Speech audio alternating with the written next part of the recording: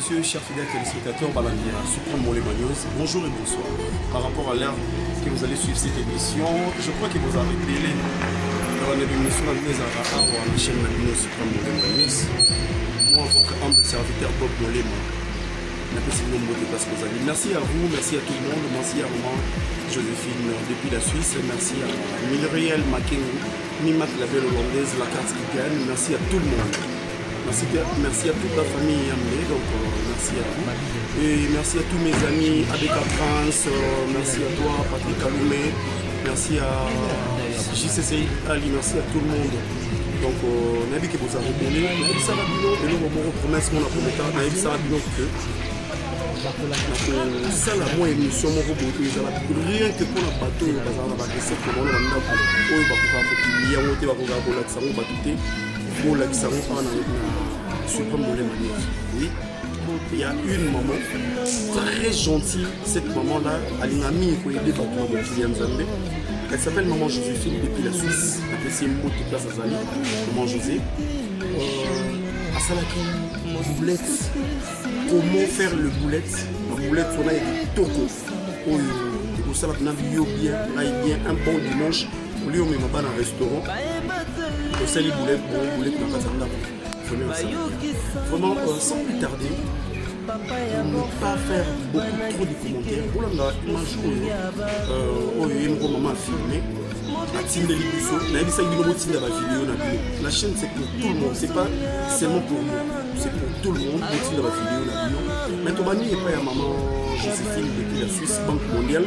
Donc pour la vidéo et comment faire les boulettes et puis tous les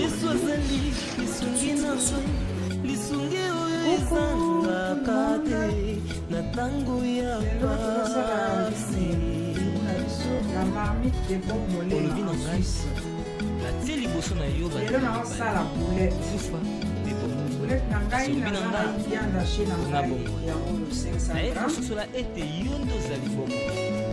Na lipa, na ochape na boulette, mais lipa na mai, après na ya osangisa. Na matungulu nangai na sinakataki, na bonyo ya wetikali. Nakati na ucha na rapepe ndambu ya tangawizi nyonso pe ndambu na ucha ndambu ya moutarde ozali awa na kati na ucha poivre oyo eza muscade na ucha paprika na ucha après oyo ezali chou na kati yango mike na ucha ngo mpe na kati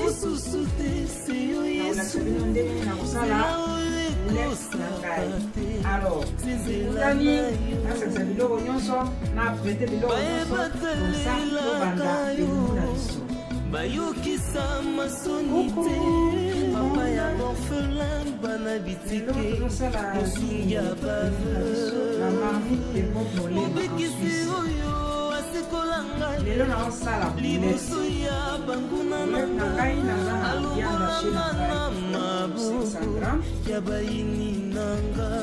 naza na lipa na ochake na boulette lipa na mai na olakisa bino lipa na mai nde na ya kosangisa naza na matungulu na ngai nasinakataki na bosikali na kati nazalaki mpate rapepe ndambu ya tangawizi nyonso nakuta ndambu ya moutarde ozali awa na kati na kotia poivre noir oyo eza muscade na kotia paprika na kotia après oyo ezali chou na kati yango mike na kotia ngo mpe na kati na olakisa bino ndenge na kosala boulette na ngai. Alors okutani nasangisa biloko nyonso na prêté biloko nyonso comme ça tobanza elingi na biso. Voilà la marmite de Bob Moléma en Suisse. Mama azosala lelo boulette na ngai nazozwa viande hachée na ngai eza viande hachée de bœuf. Alors naza na tangawizi na ngai na batangawisi yango etikali. Tangawizi na ngai yango oyo sabino abandi akocha biloko na kati natie tangawisi natie matungulu comme mungu anakoutilize condiment universel naboyi ebelebele nelekana te mungwa wana si natie condiment universel awa nakotia susu mungwa te. Il faut faire attention avec les sels. Nde na yebisaki bino mapa nanga yango yo lipa nanga plutôt yango na sina tia yango na mai mais nazwi kaka 3 quarts 1 quart na tiki okozwa baguette okozwa pain blanc yo moko kaka choix na yo mais nga choix na ngai elingi nazwa oyo. Alors nazotia pe nini nanga na kati natie chou. Nazwi chou. Pourquoi nazwi chou? Nazwi chou pour bana pe balia moi légumes na katiti. Na kocha maki te. Na kacha ni na ngai maki na kocha te. Na kacha elubu na ngai na kocha maki te. Batu musu bachaka maki. Na kocha maki te. Nazwi moi lipa ezala moi ebele. Pourquoi na yebisa bino? Nazwi lipa ezala moi ebele pour après boulette na ngai. So na sisi kosala boulette na kotia wana four. So na longoli wana four na ye kotia wana sauce. Na ko utiliser crème. Na sabino. Na kosala sauce na ngana crème oyo. Na ko sabino nde na kosala sauce na ngai donc. So na sisi kotia wana four na bimisi nde na sali sauce boulette na ye kota na kati. Alors, siko botikela ngai temps na bimisa lipa, je crois que c'est lembi pour na sansango comme ça to continuer et lubu na biso. OK, à tout de suite. Voici la marmite de Bob Molem en Suisse. Voilà. Bolandi eloko wana na bokebi nyonso to voilà soko lingo benga na numéro ils en c'est à bas de l'écran et puis vous allez voir comment pour la balabala allez-y comment pour la balabala le benga pour comment est-ce que pour attaquer le robot à mokebi quoi que ce soit suivez bien cette émission vous allez bien mais moi je finis la sélection à boulette au lieu de benga na numéro il y a plus de 143 97 644 87 67 donc au bengi suprême molema au benga ma Joséphine té ma Joséphine a préparé les bisous sous et le romo so benga oli boké ya ngai awa on est ça la basse union surtout bien ça la batte union surtout bien on préparer un calamité pour la non kala rata chaîne na tiki bino bolanda image on a ya plus ou moins 5 ou 6 minutes pour botter la comment est-ce que balo ça là maman Joséphine a ça les bisous boulettes nabi ke bato musuko zo boza bezo botinda ba vidéo no botinda Noël a mis les anges bato nyonso tout oza bezo tinda ba vidéo na ya lambelo ko na place spéciale maman Nonocha maman pasteur Nonocha mon chéri tinda ba vidéo comme ça biso to tchongo na chaîne ba tala nabi ke ba olanda kala mingi te neni eloko esalami bato nyonso ba libanda na ana Kinshasa botinda ba image na bino ngala ko tchongo na kata chaîne. Merci à toi Gloria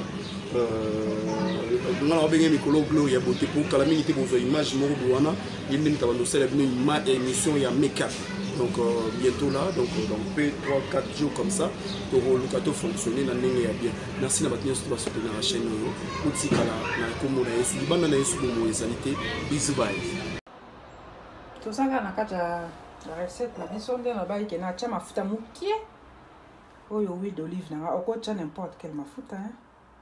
On a tenu à huile d'olive, il y a moqué caca. Je continue, ma boque toujours propre, t'as la corona yé, ma boque toujours propre, ce qu'on a hernion so. Mungwa na sina mekaki et coquille. Condiment on a na chaki et coquille na kati na ngo kuteza ba biloko nyose belé. Ngo coquille na ngo toko. Koyo. Botike la ngai temps. Pour prêter biloko nyonso na prêter plat nanga ya four pour na banda okata boulette nanga mike tokutani dans quelques instants. Voilà la marmite de Bob Molem en Suisse.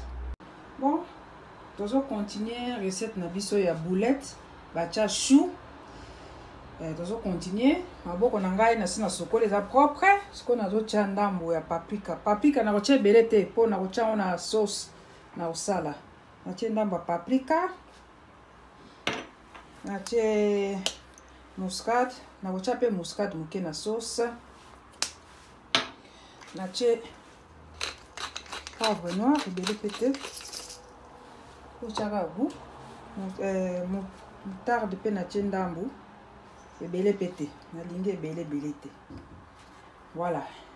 Siko na tia biloko na ngai, maboko eza propre na sokole yango tala kaka infirmière. Na tuba lisusu. Infirmière kaka. Sikoyo na mélanger biloko na biso. Na mélanger yango mapa lipa pe na sina chaki. Siko nazo mélanger yango pona banda kotia na banda sala boulette. Na bosani na kotia ndambo mafuta mukie. Na kolakisa bino quantité na kotia mafuta nini na kotia huile d'olive mukie kaka ebele te. Potana banda kolinga ba boulette et sala nga nini te. Voilà. Au moins sikoyo mélangez très bien. Allez bino pourquoi na tie lipa na tiango mwa ebele. Soki nazo sala boulette kaka oya kolia boyeke na sala mona sauce te. Lipa na tiaka ebele te. Mais lokola boulette oyo nazo sala ngo après na otia na kati ya sauce bakotolia na purée de pommes de terre okolia ngo pe na loso yango na tie mwa lipa eleka na mukie. Voilà, c'est pour cela yanga boulette na kokalinga yango te mais na kotia ngo na four siko na tia mwa mafuta mukie. Je continue toujours. Biloko na nyonso eza bien assaisonné. Na tie ingrédients nyonso on azali nango besoin na tie. Sikoyo four nanga déjà nazo chauffango. Na bando sala boulette na tia na plateau ya four pona tia na four. Tout ça la boulette. On ba ni modèle nazo sala ka boyer. Dimension ya boyer. Sali maboko na propre na sokolaki. Faut toujours kosokola maboko nyonso po toboyi ba nini. Voilà, c'est ça. Voilà, boulette na biso ebeli na bimisa on na four. Sikoyo nde na yebisa bino ke nazo sala sauce. Sauce na osala na crème. Yango yo so na do tia ngo na kati ya nzungu. Bomoni na te nyonso. Eza paquet ya munene. Voilà. 500 ml na te nyonso pour boulette na pesa ki ebile hein. Na te. Après na te o eza ail. Na do tia ail. Pour matungulu se kota ki jatanga na sala ki boulette, na tie ail. Na yebisa bino ke na kotia sauce muscade. Na tie muscade. Voilà. Na lobaki na kotia paprika. Paprika nde il faut ezala ebele. Paprika na kotia vraiment ebele. Paprika funa tia vraiment ebele na sauce oil. Po yango nde ko changer couleur ya sauce na ngai. On a beaucoup de paprika. Voilà. Siko ils ont la moto, na fongo la moto.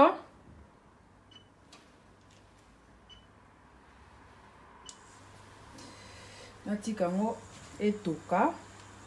Après tozongani pour totala évolution ya sauce na biso. Voilà, la marmite de Bob Molem en Suisse. À tout à l'heure.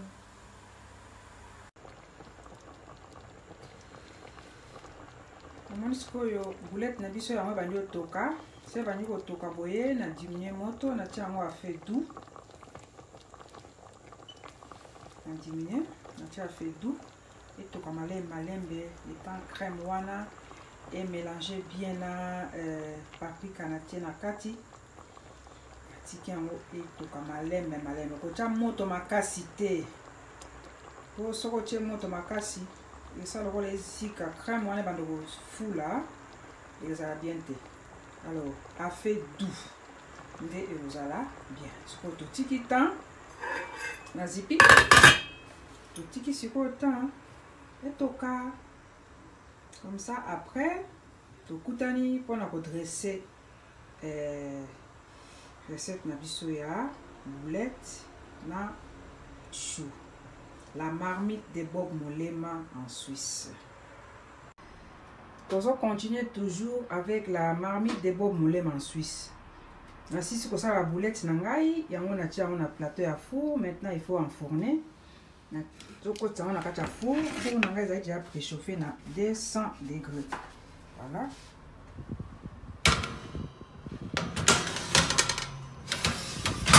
Tout tient dans le four. Tout kangi. Tozela sikoyo eza na 200 degrés na kati ya boulette na ngai na lobi ke na tie lipa ebele na zonge lisusu moi lipa na tie yango ebele mpo na nini mpo boulette oyo na kosala yango na sauce mais soki okolia kaka bongo soki okolia kaka boulette bongo kaka